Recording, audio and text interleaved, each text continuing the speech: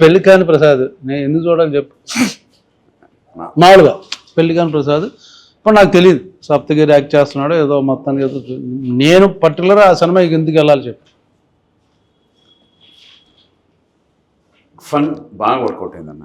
మంచి కొత్త team, youth మనకన్నా ఒక 10 years చిన్నవాళ్ళు. అఖిల్ వర్మ డైలాగ్స్ ఎక్స్ట్రానే రాశారు.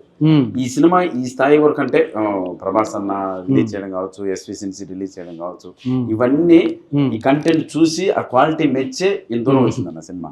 సో వాళ్ళందరికీ నచ్చితేనే నేను ఇక్కడ కూర్చొని లక్కీగా మీతో మాట్లాడుతున్నాను. కానీ లేకపోతే వీళ్ళందరూ ఎందుకు వస్తారన్న? ఫైనల్ గా ఎంటర్టైన్మెంట్ వర్కౌట్ అయిందన్న.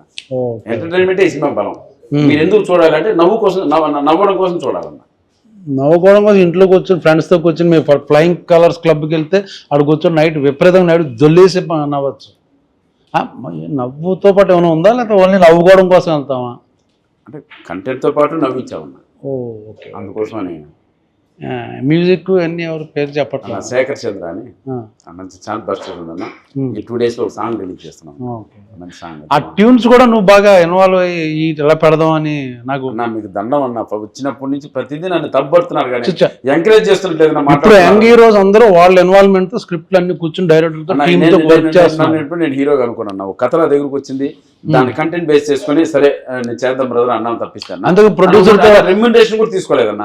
వస్తే నేను కూడా ఇది సేమ్ నేను చెప్పాను కాబట్టి బాపు సినిమా ప్రమోషన్ లో రెమ్యునరేషన్ లేకపోతే ఈ సినిమా నువ్వు కూడా మొదలెట్టావా? మీరు అడగండి, ప్రొడ్యూసర్ అడగండి అన్న.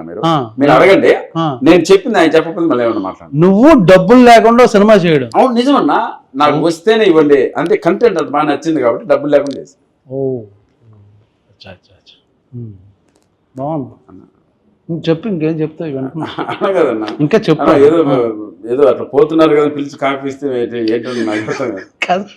సోమేది వచ్చి అరగంట అయింది. లేదన్నా మిమ్మల్ని చూసి వెళ్ళిపోయింది సుమక్క. సొమ్మ స్నాక్స్ తింటుందేమో. లేదు వచ్చి చూసింది ప్రమాదంలో రెస్పెక్ట్ ఇచ్చి వెళ్ళిపోయింది అన్న.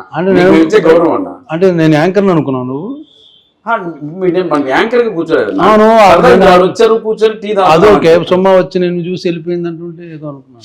అలా కాదు ఎందుకు లేక. ఇప్పుడు నెక్స్ట్ అయితే వేరే సినిమాలో మంచి క్యారెక్టర్ అనుకుంటున్నారు ఆఫీసులో చేస్తారన్నా. అన్న నువ్వు అట్లా అట్లా అడగద్దన్నా.